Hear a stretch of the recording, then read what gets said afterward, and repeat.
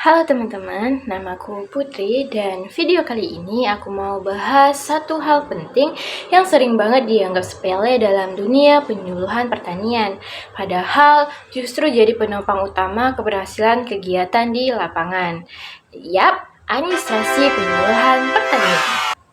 Mungkin sebagian dari kalian mikir, itu cuma urusan mencatat aja kan? Padahal nggak sesederhana itu loh.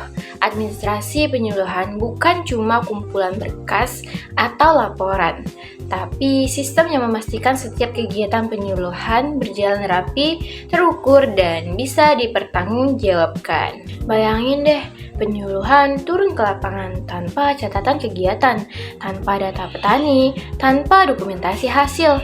Akhirnya, kegiatan penyuluhan jadi nggak bisa dievaluasi. Data siapa yang hadir, metode apa yang dipakai, hasilnya bagaimana, semuanya hilang begitu saja. Nah, disinilah administrasi berperan.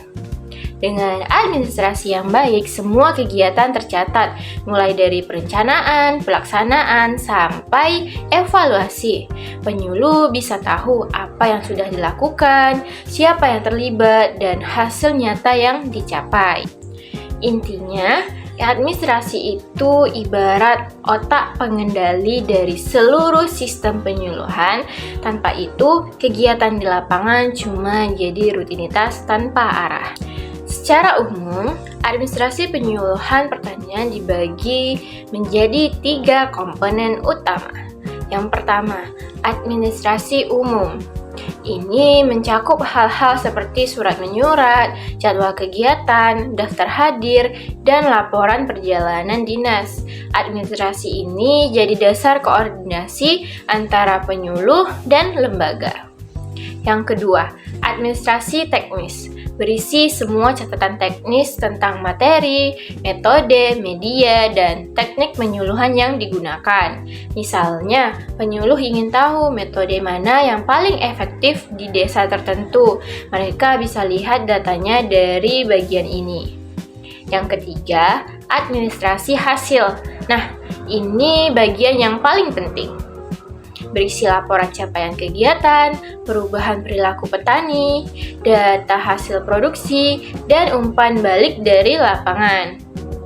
Bagian ini digunakan untuk menilai seberapa berhasil penyuluhan yang sudah dilakukan. Jadi, administrasi penyuluhan itu bukan sekedar kertas atau laporan formal, tapi sumber informasi berharga untuk memperbaiki dan mengembangkan kegiatan penyuluhan ke depan.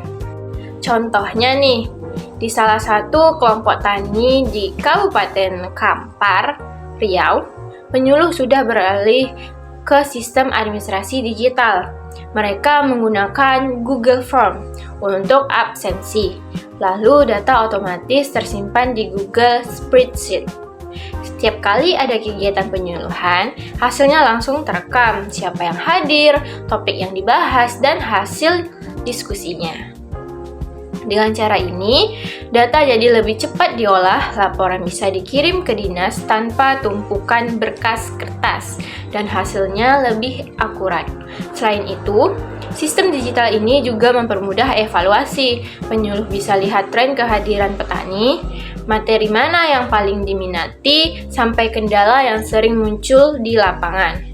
Teknologi sesederhana ini terbukti bisa bikin administrasi penyuluhan jauh lebih efisien dan transparan. Itulah, di era modern ini, penyuluh juga perlu melek digital, bukan cuma paham pertanian, tapi juga cara mengelola data dan informasi. Jadi, teman-teman, bisa kita simpulkan bahwa administrasi penyuluhan pertanian punya peran yang besar banget.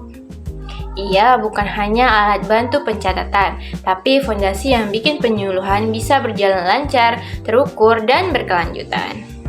Kalau administrasi rapi, kegiatan jadi jelas arahnya, laporan bisa dipertanggungjawabkan, dan hasil penyuluhan lebih mudah dinilai. Karena pada dasarnya, administrasi yang baik mencerminkan penyuluhan yang profesional, mulai dari hal kecil, mencatat kegiatan, mendokumentasi hasil, dan membuat laporan dengan jujur dan tertib. Karena dari hal sederhana itu, kita bisa menciptakan perubahan besar di dunia pertanian. Aku Putri, dan ingat ya, administrasi yang baik sama dengan penyuluhan yang hebat.